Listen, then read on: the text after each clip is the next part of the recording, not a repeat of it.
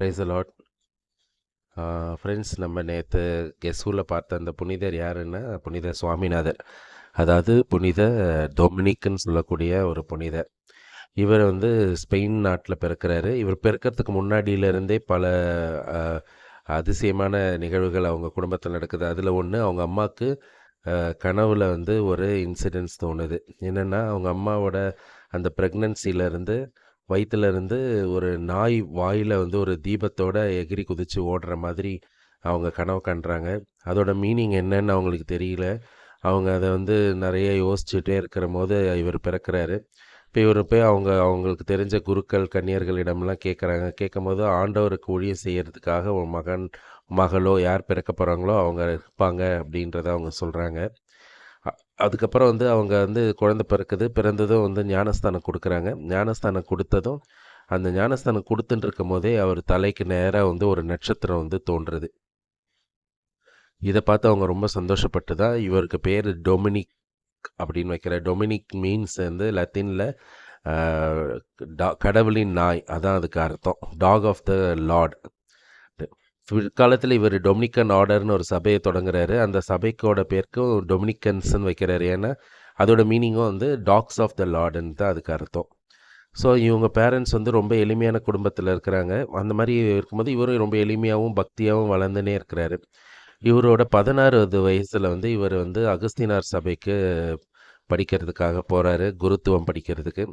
அவங்க பெற்றோரும் அவரை அனுப்பி வைக்கிறாங்க. ஏன்னா அவர் சின்ன வயசுலேருந்து எவ்வளோ ஒரு பக்திமயமானவர், ஒழுக்கமானவர்னு அவங்களுக்கு தெரியும். ஸோ அதனால் சரின்னு அனுப்புகிறாங்க.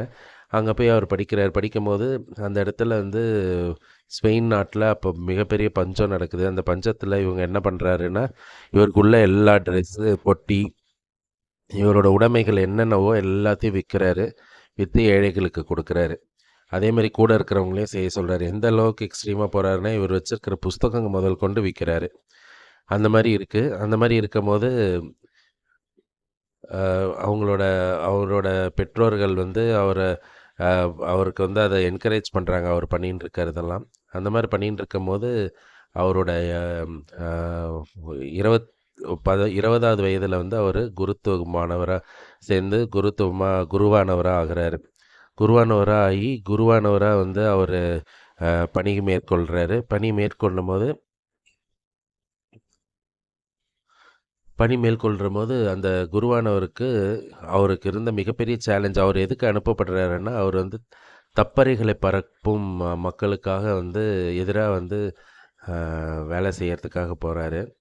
ஏன்னா அந்த நேரத்தில் இறைவனுக்கு எதிராக நிறைய தப்பறையான பரப்புரைகள் நடந்துட்டுருக்கு.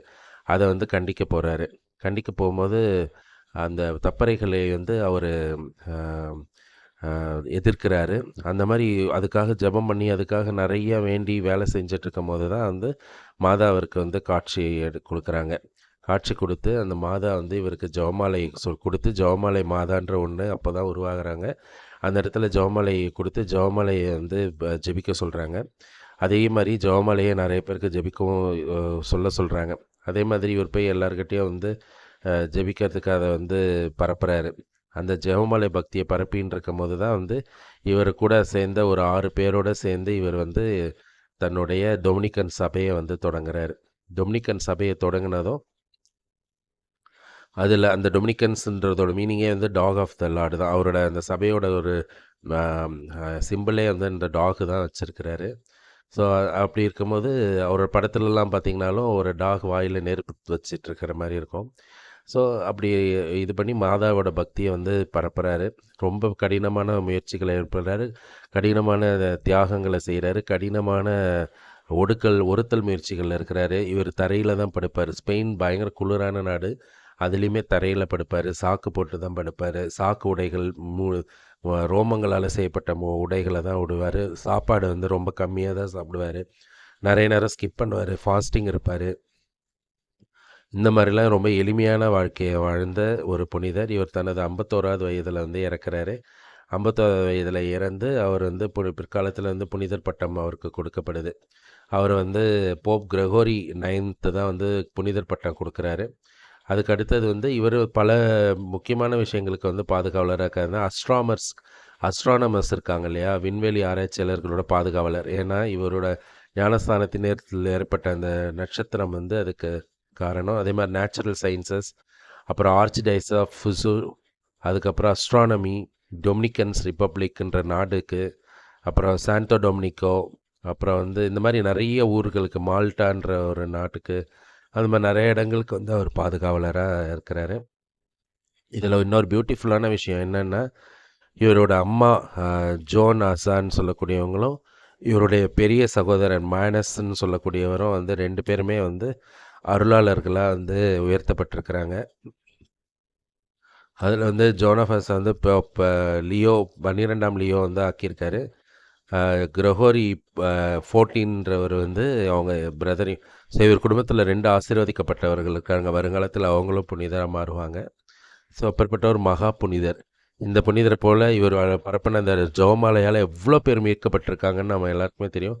அதே போல் நாமளும் வந்து ஜெபமாலையில் விசுவாசத்தோடு இருந்து ஜெபமாலையை ரெகுலராக சொல்லி நம்மளும் நிறைய பேருக்கு ஜெபமாலை பக்தியை பரப்பி ஒரிஜினல் விசுவாசத்தோடு நம்ம ஆண்டவரின் பாதத்தில் போய் சேரணும்.